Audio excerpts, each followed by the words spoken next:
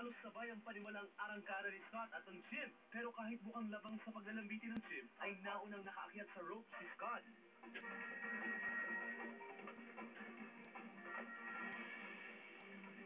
Inunahan din ni Scott ang Chimp sa cargo net. Pero agad na nakasunod ang Chimp. He's incredible! Una rin siyang nakatawid sa rope swing. Ayaw na unggol sa tubig, kaya sinisigurado niyang matatawid ang rope swing nang hindi mahuhulog.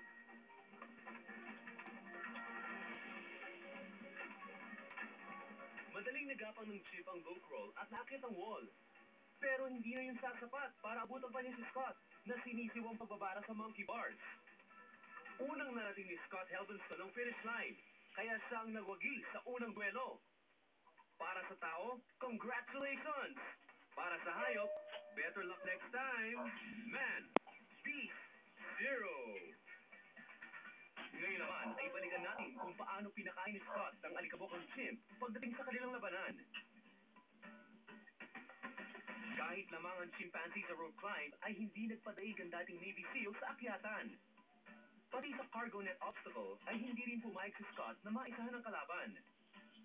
Hindi umubra ang hayop laban sa tao sa duelong ito. Pero kung may isang bagay na lamang ang Chimp kay Scott, yun ay ang kayabangan nito. Banderang kapos ang Chimp laban sa youngest Navy SEAL ever na si Scott Helvenston.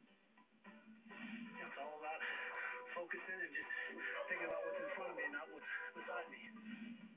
Monkey's definitely got a good advantage on the rope climb, but all I was trying to do was just hold my own there. It went pretty good. Warmed up an hour, ready to run. Visualize myself as a cheetah stalking my prey tonight. These beasts are going to be a meal for me tonight. Susunod na sa